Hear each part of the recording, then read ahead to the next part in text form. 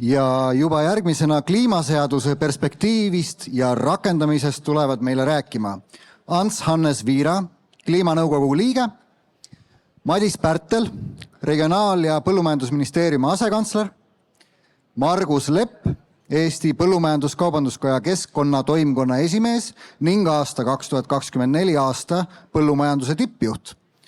Ja vestlusjuhiks on Elena Sapp, Eesti Põllumajandus-Kaubanduskoja keskkonnavaldkonna juht. Tere ka meie poolt. Mina olen siis Elena Sapp, Eesti Põllumajandus-Kaubanduskoja keskkonnavaldkonna juht ja meie tahame täna natukene arutleda siis kliimaseaduse teemadel ehk kliimakindla majanduse seaduse eelnõu on saanud valmis. See suur töö algas eelmisel aastal 20. septembril. Talv läbi oli kõva kaasamine, mitmetes rühmades töö ja saadi siis 5. augustiks valmis kliimakindla majanduse seaduse eelnõu, millele on kuuldavasti olnud väga mitmekülgset tagasisidet ja erinevat kajastust ja sellepärast ka täna meie siin arutleme nendel teemadel ja võib-olla alustaks siis just Madis sinust. Palun siis kommentaari kõigepealt sellele eelnõule.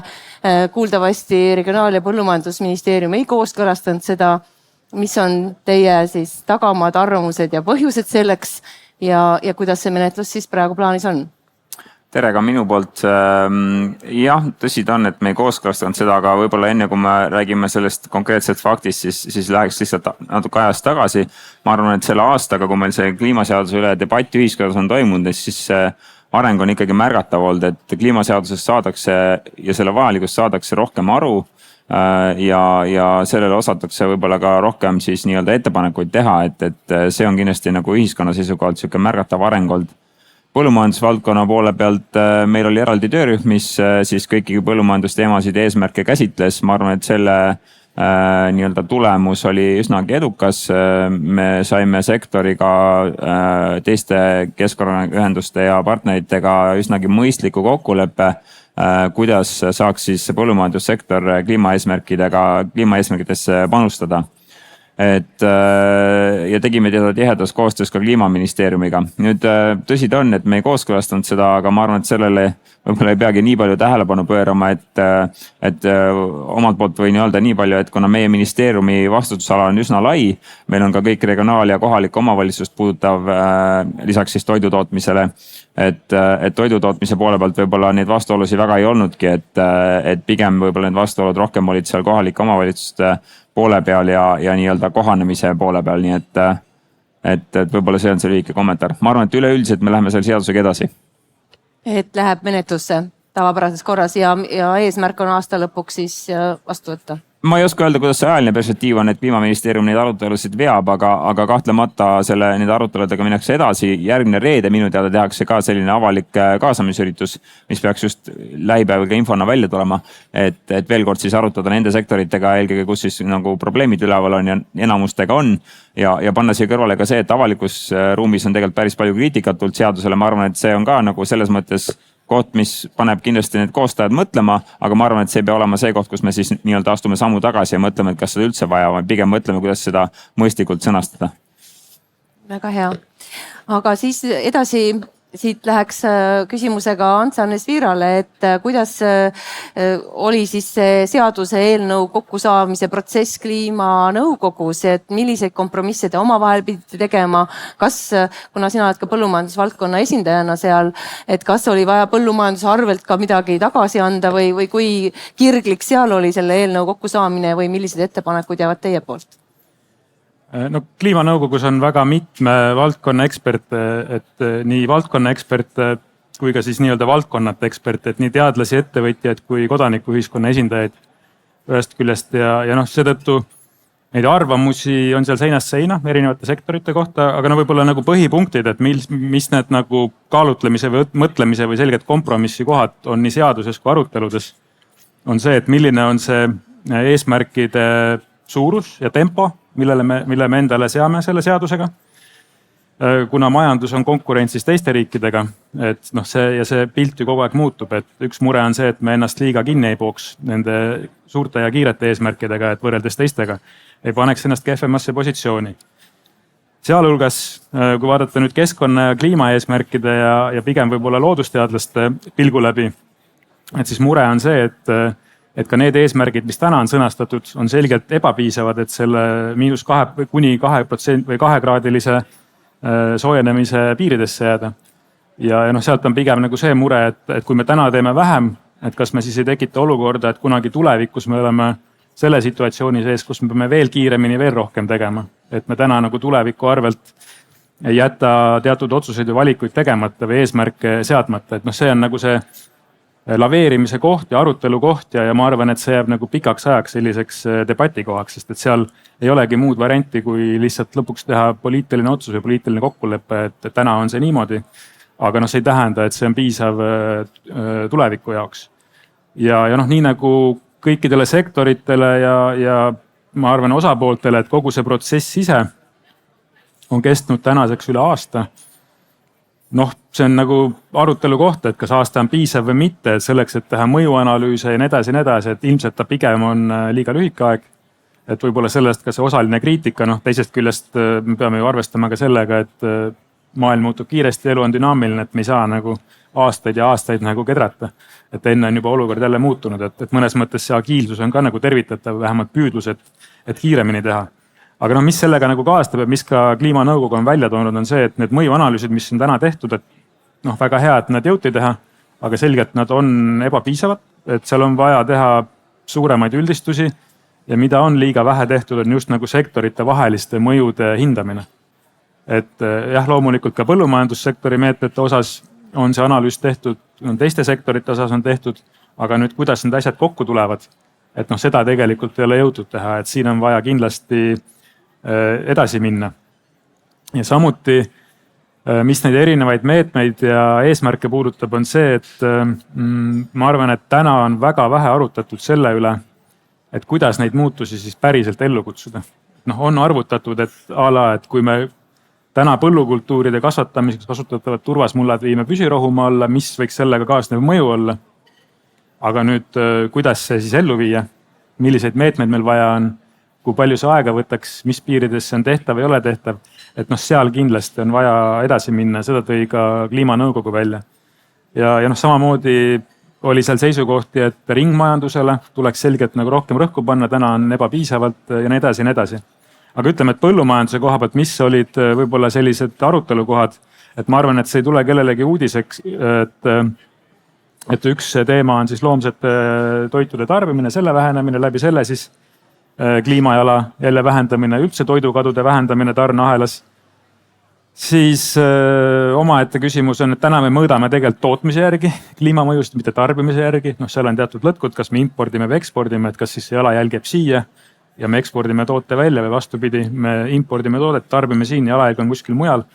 Et kus seal see tasakaal on nüüd sektori eesmärkide mõttes, et kui põllumajandussektor ilmselt tuli suhteliselt mõistliku eesmärgiga sealt eelnõu protsessist välja.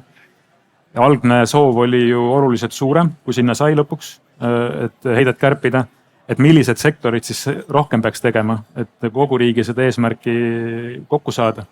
Et seal on sektorite vahelised kompromissikohad. Korra täpsustaksingi, et kuidas teil nagu seal kliimanõukogus, kui kogu pildi vaates arutelu oli, et kellega on kõige kiirem ja kas seal mõisteti, et põllumajanduses pigem on hea, kui me suudame hoida ja võib-olla isegi natuke kasvab ikkagi meie heide selleks, et me oma toiduvarustuskindlust tagaksime ja nii edasi. Et kuidas see suures pildis oli, et kes on nagu see, kes kõige kiiremini peaks tegutsema? No suures pildis on niimoodi, et ütleme lähi 10 perspektiivis. Kui energeetikasektor teeb ära selle, mis on plaanis, siis annab teistele sektoritele hingetõmberuumi. Aga noh, see ei tähenda, et 10 või 15 aasta pärast teistel sektoritel ei oleks vaja samasuguseid käike teha. Aga ütleme suures pildis jah, et kui energeetikasektor teeb oma ära, siis riigi vaates tulevad need heite eesmärgid kokku. Aga noh, see ma arvan, et ei ole sõnum, et laseme nüüd jala sirgu ja võtame rahulikult. Ja no lihtsalt põllumajandus on pigem see, et me ongi väga targalt majandatud ju ja ei ole nii väga kokku tõmmata, kuivõrd on targemini majandada võimalus. Ja ma usun, et võrreldes selle esialgse eesmärgiga, millega mindi sinna protsessi, mis tähendaks 50-60% heite vähendamist, mis ei ole realistlik, et see 14%, 16% võiks olla tehtav nende meetmetega, mida on arvutatud. Iseasi on, et mis on see ajaraam, et mille jooksul selle jõuab ära teha. Aga võib-olla lähemegi siis edasi sellesse reaalsusesse, et mida siis tegevpõllumees ise näeb praegu nii selle kliimakindla majandamise raamseaduse valguses, et kas on selliseid hirmutavaid kohti või mis siis tegelikult päriselus reaalsuses üldse teha annab, et ega loodusega on pidanud olema kooskõlas teie tegevus iga päev nagunii ja kliimamuutused ja mõjutused ja kohanemine teie igapäevaelu olnud ju nagunii. Kuidas tundub? Eks me kohanema, ütleme, et nagu kõik kohanevad, peame ka meie kohanema ja me oleme ju neid samme järjest enam astunud, et hea on, et ka seal nõukogus on samad küsimused üleval, mis siit meie poolt vist on läinud ka seda sinna. Et meil on väljakutseid palju, eks ole, sinna kõik sektorid peavad ju suutma sinna panustada, et me oleme ju kõigest sõltuvad nii energiast, kütustest, ilmast. Et eks meil mis nagu murekohaks võib-olla on see sama, kõik on ju seotud rahaga, eks ole. Et kui me tahame suuri kardinaalseid muutusi teha, siis meil peab selleks vahendeid olema, ja me peame suutma püsida oma toodetega konkurentsis päris hästi, et me ei kaotaks seda konkurentsieelist, et me nüüd liialt nüüd üle püüame, et ega tänases seisus me ju oma kogu majandustegevusega, on see siis piim, teravili, et me püüame seda paremat, ega seda, ütleme, süsiniku heidet vähendada, see on täna esimene samm, mis me suudame nagu ette võtta, on tootlikkuse suurendamine, et siis me oleme suutnud ka tekitada vähendamist, et nüüd on juba järgmised sammud, et kuidas me nüüd selle kui on piimatootjas tegeme selle metaaniheiteid ja küll ehitame siin biogaasijaamad, saame kütust, eks ole, et nüüd seesama kütuse kasutamise teema, et siin on sama tehnikamüüjad kõik, et me peame selles osas nagu koos, et mis selle energiaga edasi saab, et täna meil selle ütleme, biokütuse teemaga nagu liiga lihtne ei ole, sest selliseid masinaid olemas ei ole, eks ole. Et ja teine asi on need investeeringud nendesse jaamadesse, et ega need on suured kompleksid, väga kallid. Et sinna tuleb omajagu panustada, täna seda võimekust meil endal olemas ei ole, et siin on kindlasti sellist abimehhanismi vaja. Kindlasti. Aga nüüd uurikski edasi siis, kuidas ministeerium plaanib selle rakendumispoolega seda nii-öelda meie reaalsust, et kui menetlemisel see raamseadus vastu võetakse, et siis kindlasti hakkab ju meid kõiki puudutama tegelikult, mismoodi seda ellu viiakse ja mis on siis need esimesed sammud plaanid, et kas teil on rohkem tarkust tulnud nendest mõjuanalüüsidest, mida kevadel tellisite või kuidas siis praegu edasi minemise plaanid oleks? No kõigepealt peab ütlema, et ega me täna ju nullist ei alusta, et see, et meil on vaja põllumajandustootmine kestlikumaks muuta, et poliitiliselt tuli see selle komisjoniga juba, aga tegelikult meie nii-öelda sekkumised ja määrused ja meetmed on tegelikult sinna suunda juba ammu liikunud. Nii et ta ei tule nagu täiesti tühja koha pealt, et nüüd hakkame nuputama, mis tegema tuleb hakata, eks. Et me tegelikult oleme seda juba varasemalt ka teinud, kliimaseadus võib-olla võimendab lihtsalt seda protsessi mõnevõrra. Et väga selgelt meil on vaja tarkust ja tehnoloogilisi investeeringuid, eks ju, et tarkust meie enda nii-öelda teadmisasutustesse ja ülikoolidesse, et see jõuaks ka põllumeesteni. See on selline pehmem tegevus, aga väga selgelt on meil ka investeeringut vaja tehnoloogiasse. Ja me oleme enda jaoks need kaardistanud, mis need rahalised vajadused on. Aga tegelikult see läheb palju detailsemaks kui see, mis ma siin praegu öelda suudan, aga me oleme enda jaoks üks 10 sihukest tegevust ära kaardistanud, mis ka selles seletuskirjas, kliimaseaduse seletuskirjas on olemas. Alates sellest, et täppisviljelusagregaate on vaja rohkem kasutada, tuleb mineraalväetiste kasutamist vähendada. Samuti biogaasi tootmine, biometaani tootmine, selle suurendamine. turvasmuldade rohumaa alla viimine, et ühesõnaga neid asju on päris mitmeid ja me oleme oma majas tegelikult juba päris mitu kuud analüüsinud siis seda, et kes mida saab teha, sest see ei ole selgelt nagu ühe inimese roll, vaid see on tegelikult kogu meie valitsemisala roll, et suunata siis tootjad sinnapoole kas läbi tarkuse teadmise, läbi õigusaktide, läbi investeeringute, millega me tuleme järgmine aasta välja. Nii et ma arvan, et see on niisugune kompleks erinevatest meetmetest, mida me juba olime teinud, aga teeme kindlasti veel ja tuleb ka kohe öelda, et kindlasti see ei ole piisav, et kõiki need kliimaseaduses ette pandud eesmärke ära teha, aga me sammume sinnapoole. Kas seda olete ka näinud, kuidas on võimalik nüüd bürokraatia vähendamine ja lihtsustamine ka nende toetuste jagamisel või sellel tegevusel, mida hakkame tegema, et kas seda lihtsustamist hakkab tulema üldse kuskilt otsast? No vot, see nüüd läheb kliimaseaduse raamidest absoluutselt välja, aga kindlasti regulaarselt saame põllumeestega kokku, arutame neid teemasid ja neid konkreetseid ettepanekud, mis sektoris tuleb, neid ka võtame ette. Muidugi, kui me ise näeme ja suudame ära hoida, siis me ka tegeleme sellega kohe, aga ma arvan, et see võtmesõna on see, et me oleme põllumeestega siin ühes paadis ja mõtleme koos välja, kuidas see lihtsamaks teha. Ja see on meie mantra lihtsalt, et see bürokraatia on juba põllumajandussektoris väga nagu üle pea kasvanud, et sellepärast ma küsingi seda praegu ja küsime ka igal sammul, kui midagi uut hakatakse ette valmistama. Just selles mõttes. Aga rakendamise poole pealt nüüd kliimanõukogus, kas on ka mingid häid näited muudest riikidest, naabritelt, et tegelikult ju kõik me peame seda maailma päästma, mitte üks Eesti. Et kuidas oleks nagu head soovitusi naabritelt? Ja, et nagu enne sai ka viidatud, et me peame selles protsessis kogu aeg olema ju teadlikud, mis meie ümber toimub. Et ega siis, kui me saame seada näiteks eesmärgi vähendada -20%, me ühel hetkel põhimõtteliselt saame leevendada seda eesmärki öelda, et nüüd teeme -10%. Et 20 oli ebarealistlik.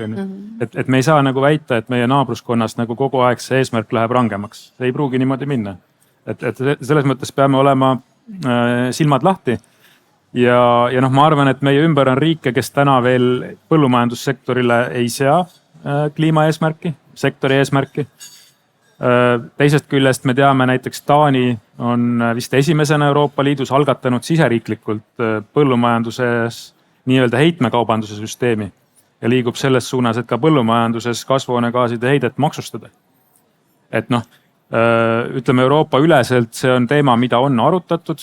Ma saan aru, et sellega ei kiirustata. On palju nagu nüansse, miks see võib-olla ei ole nagu realistlik või hea mõte, kuna seal on ka teatud emissioonide ebamäärasus ja nii edasi.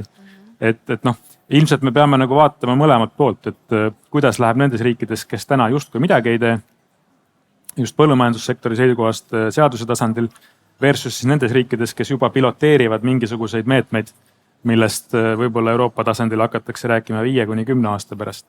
Et lihtsalt nagu õppida ka teiste kogemustest, mis töötab, mis ei tööta, mis on Taanis selle kasvuhoonegaaside maksustamisega kaasnevad mõjud, mis juhtub seal seasektori või seatööstusega. Kui Taanis seakasvatus väheneb, kuhu ta siis kolib Euroopas? Ega siis tarbimine ei vähene kiiresti, järelikult see tootmine paikneb ümber, järelikult need emissioonid lähevad Taanist siis mõnda teise riiki.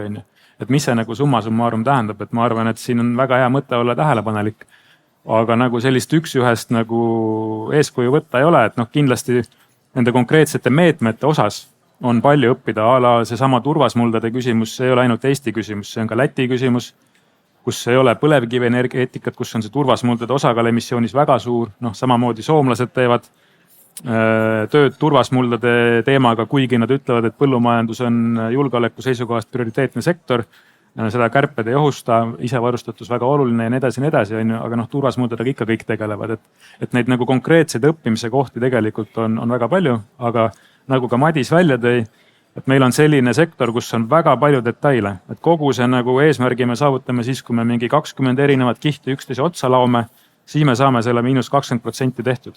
Et meil ei ole see sektor, et me lihtsalt dekarboniseerime tootmise, enam fossiilkütust ei põleta, et elektrit toota, läheme tuulele ja päiksele üle, on probleem lahendatud. Et põllumajanduses kahjuks nii ei saa. Et see on nagu oluliselt komplekssem ja komplitseeritum. Aga kuidas nüüd, tahaks nagu Marguse käest küsida seda, et viimasel ajal on hakatud väga palju asju mõõtma ka tegevpõllumajanduses. Andmeid on meil väga tohutult. Millist analüüsi ja milliseid mõjuhinnanguid te teadlastelt ootaksite, mis aitaks teil kohaneda ja nii-öelda kliimakindlamalt majandada? Millist abi te ootate? Et meil on, eks seda on pidevalt vaja, eks ole, järjest, ütleme tehnika või on see siis loom, eks ole, neid andmeid koguneb meil ikka päris omajagu. Ja et meil tekib nagu suur andmepagas, mida siis on vaja töödelda ja ma arvan, et see ongi see koht, ütleme, kui me siin ütleme nagu enne tõin näite, et me oleme tootlikkust tõstnud ja sellega nagu saime nagu paremaks, eks ole, aga ja et kui palju me siis nagu selle teiste siis ütleme siis mullaharimismeetodite või vahekultuuride või asjadega, et kuidas me siis sellega, kui palju me siis paremaks saame, et see teadmine meil tegelikult natuke puudub, et me iga aasta enda arust nagu päris suurte hektaritel või päris suurtes kuidas me ütleme, pindadel nende vahekultuuride või asjadega jamame, vaid tegutsema, eks ole. Et päris huvitav on, mis on selliseid väljakutseid pakkuv ja küll võib-olla me natukene võib-olla oleme toodangus mingil nagu pinna peale järgi andnud, aga ma usun, et see on nagu jälle just tuleviku investeering, et selles oleme nagu päris kindel. Et me ei pea kõik sealt nüüd välja kiskuma, et sealt mullast, et sinna on vaja üksjagu tagasi ka anda ja kui seda suudad nagu koostöös looduse või ka sinna anda, siis seda enam. Aga et just neid samu teadmisi, et kuhu maani, et me teeme seda, et oleks sellist abi analüüsil. Ütleme, teine asi on see täppisviljelusmasinatega või seadmetega, mida meil on päris laialdaselt juba aastaid oleme ju kasutanud, et me näeme täna tonnides, eks ole, 10 tonnides kokkuhoidu, ütleme, kui me räägime väetistest, et me tahame jõuda sinna 200-300 tonni kokkuhoidmisele, et järjest, et me saame kasutada võimalikult palju enda ütleme siis sisendeid seal, et juba siit võiks, aga kui palju need numbrid nüüd muutuvad või ei muutu, et seda abi on meil kindlasti vaja. Aga kas siis on MET-il teadlaste poolt midagi pakkuda või ka ministeerium, olete te plaaninud midagi andmetöötluse osas tulla appi põllumeestele a la e-põlluraamatu raames midagi? Hakkame siis andmekogumise poole pealt pihta, et kui vaadata nagu üle riigi kogunevaid andmeid, et tõesti see e-põlluraamat on käivitunud sellel aastal. Minu arust ka siin EPA messil on töötuba, et selle võimalusi tutvustada. Et jah, ma ei oska täna öelda, et mis see andmete hõlmatus seal on, aga vist umbes 10% põllumajandusmaast on seal kaetud täna tegevustega. Et loomulikult on hästi oluline seda edasi arendada, et see andmete hõlmatust suurendada, et me saaksime põllumajandusest terviklikuma pildi nendest põllutöödest, sisenditest, toodangust ja nii edasi erinevatel mullastikutingimustel, erinevate ilmastikutingimuste juures. Ja kui see andmestik muutub piisavalt suureks, siis tegelikult ma arvan, et see on päris oluline tööriist ka teadusele. Et vastata siis nendele küsimustele, et näiteks milline nisusort selle aasta kevadiste põuatingimuste juures selliste muldade peal andis kõige parema tulemuse ja nii edasi. Aga see eeldab ka seda, et tõesti meil õnnestub sektor kaasa tõmmata sellesse suure e-põlluraamatu projekti, et andmed on piisavalt kvaliteetsed ja on ka usaldus selles suhtes, et kuidas neid andmeid kasutatakse. Et see on nagu üks asi, mis võib-olla riigi vaates või niimoodi sektori analüüsi vaates on tulemas juurde. Ja kindlasti METK on ka juba täna algatanud koostööprojekte ettevõtjatega, et vahekultuuride katse käib Sadala Agros ja ma olen ka kindel, et nüüd need üksikute ettevõtetega nii-öelda andmeanalüüsi projektid järgnevad. Et ka meil täna näiteks või sellel aastal on näiteks Agronega nii-öelda mullateenuse katsetamise projekt. Et kus nüüd hooaeg hakkab läbi saama, et ootamegi tagasisidet, et kuidas siis meie versus teised, et mis meil siin nagu õppida on enda jaoks, et enda tööd nagu paremaks teha. väga hea, kas Madis on sul midagi lisada? ja ma lisaks juurde kindlasti jah, et võib-olla paranduseks, et minu arust selle e-põlluraamatuga, kus on KSM-i nii-öelda nõue, siis sellega peaks üle poole pinnast olema kaetud, et sellest aastast me peame tulema siis päris palju rohkem andmeid võrreldes varasemaga, eks. Et me saame nagu rohkem taimekaitse väetiste kasutamise kohta reaalset kasutust teada, eks, et selles suhtes ma arvan, et sealt tuleb hunnika andmeid, aga see ei jää istuma riiki, eks, et see ei ole ühepoolne tehing, et väga selgelt me oleme täna juba suurandmete teenustega välja tulnud, et kõiki otseselt kliimat ei puuduta, aga sealt kindlasti väetamissoovitused ja MPK bilanss, et need on nagu otsesemalt kliimaga seotud, ehk siis, et riik mitte ainult ei võta andmeid, vaid ta annab vastu ka teenuseid, millest põllumeestel võiks oma tootmisotsuste juures kasu olla. Nii et nagu need on need kohad, kus me, siin muidugi riik alati ka jälgib seda, et me ei peaks seda nagu lausaliselt tegema, et seal, kus ikkagi turg ise toimib, siis riik oma tööriistade ja oma teenustega välja ei tule, eks. Et kui ta ei toimi ja on vaja tõuget arenguks, siis ta ikkagi tuleb välja, nii et ma arvan, et see kaalutlus on seal alati olemas. Pluss täna me teeme väga palju koostööd Kliimaministeeriumiga, et siis mullastikukaarti uuendada, et baasandmed saada paika, et palju meil siis üldse põllumuldi on, mis on siis turvasmuldade all, kas mingi osa on mineraliseerunud, et need kuvatakse õigesti ja jällegi, et põllumees saaks paremaid otsuseid teha sealt selle mullastikukaardi alusel. Et seal meil on päris mitu asja käimas, pluss ka see, et me hakkame hindama rohkem seda, et kas turvasmuldadelt ikka tekib nii palju heidet, kui me praegu tänase teadmise juures teame, et tekib. Et neid viimaseid arenguid, neid muutusi mullas on toimunud ka viimaste aastakümnetega, nii et selles mõttes meil on päris mitu asja nagu töös, et ulatada siis abikäsi ka tootjatele. Aga ega see niimoodi ei käi, et me ise mõtleme välja, et mis seal tootjal vaja on, et see on ikkagi tulnud sellest, et tootjad ise on selle sooviga mingi hetk tulnud ja siis me oleme nüüd päris pika protsessi tulemusel leidnud need võimalused. No hea, sest olukord ongi selline, et andmeid on palju, aga et mida siis järeldada ja kuidas ja kes jõuab neid kõiki analüüsida, et sellepärast tekib ka see tootjatel need küsimused. Ma lihtsalt ütleksin ka siin tootjatele julgustuseks, et väga oluline või meie jaoks väga vajalik on see, et tootjad tuleksid ja küsiksid meie käest neid küsimusi, millele nendel on vastuseid vaja. Et muidu me olemegi selles olukorras, et meil justkui on väga palju andmeid kõigil ja me vaatame siia, sinna ja kolmandasse kohta ja võib-olla nagu tegelikult ei pane seda teravikku paika.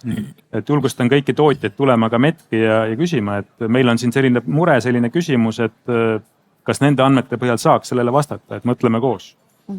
Ja, väga hea üleskutse. Aga meie aeg kahjuks hakkab ümber saama. Ma annaksin kõigile viimaseks mõtteks, mis veel tahaks öelda sellel teemal, veel korra sõna. Lühidalt, üks lause. Eks ma jälle tahtsin seda andmeid puudutadagi, et meil järjest erinevatest kohtadest on neid, et nüüd on hakanud võimalused neid erinevatest kohtades ühte kokku panna ja siis siit nagu korralik analüüs tekitada, et see kindlasti on meile suureks abiks, et kui me selle saame koostöös ära teha. Võib-olla kliimaseaduse poole pealt nii palju, et me ei tea täna, millal see kliimaseadus ju vastu võetakse, kehtima hakkab ja millised muudatused võrreldes eelnõuga tulevad, et hoolimata sellest kliimamuutustega kohanemise väljakutse on meil kõigile vajadus, et ärme seda ära unusta. Ja ma tooleks võib-olla sellega mängu, et me ei pea kartma seda kliimaseadust või keskkonna kliimaeesmärke, et me peaks nägema sellest ka võimalust, sest päris mitme tootjaga olen rääkinud sellest ka juba ja saanud positiivse tagasisidega mingite Excelite näol, et kuidas nagu kütuste kasutamist vähendada, kuidas täppusviljelusagregaadid, nagu sa isegi mainisid, on aidanud, et see on osa sellest protsessist, et see reaalselt võib tähendada sinu jaoks vähem sisendite ostmist, vähem kulutusi ja suurem tulukust sektori kohta. Nii et ma arvan, et need numbrid peavad ka paigas olema ja siis me saame ka julgemalt sellele kliima ja mis iganes keskkonnapöördele vastu minna. Ja, aitäh. Aitäh selle sisuka vestluse eest teile, kuna meie kõigi jaoks on toiduga isevarustatuse tase väga oluline ja see oli ka meie kojapoolne üks ettepanek seaduseelnõule täienduseks, siis ma siin juhingi seda vestlust edasi sellega, et meil järgmine teema on täna toidu isevarustatuse tase ja paluksin siia Meelit ja me vahetame välja Margusega lahkuma. Aitäh teile kõigile selle meeldiva vestluse eest.